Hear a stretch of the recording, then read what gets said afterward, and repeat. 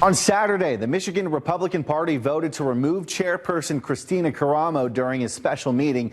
Interim leader Malinda Pego from Muskegon County was picked to take her place. You wouldn't guess it, though, by looking at these two press releases sent out on Tuesday. Both of them have the Republican Party's letterhead, but with very different messages. Karamo supporters, on one hand, calling her removal illegitimate. The other one says any claims that Pego is resigning are completely false. I spoke with a GOP strategist about what is happening at the top of the state's conservative party. Where's this, I guess, this disconnect between people within the same party?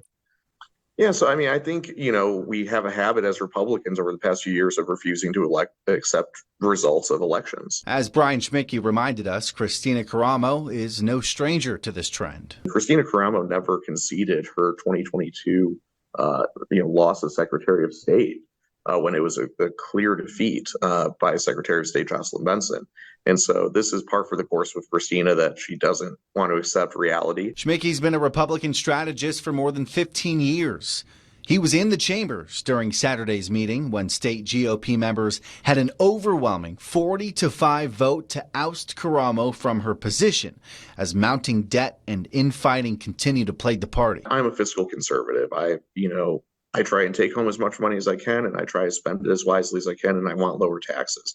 I think a lot of Republican voters and moderates feel the same. It's hard to make the case effectively that, we are practicing what we preach as a party. Karamo and her supporters claimed the party's bylaws were violated, making the vote at the meeting null and void.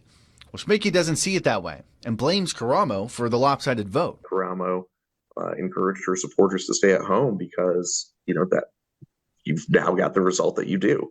And now you want to go and complain about the result when you were the one that said, hey, supporters don't show up. Well, you get what you ask for. In fact, Schmidtke says some within the party have faced backlash for supporting a change in power. One of the state committee members, I won't name her, but, she actually had to walk away in tears because of the bullying text messages and bullying phone calls she was receiving from those that were still supporting Chairwoman Karamo. Now, the situation has caught the attention of the Republican National Committee. Schmidtke says the RNC will effectively decide if the vote was compliant with the bylaws after all. Even after that happens, though, this dispute is far from over.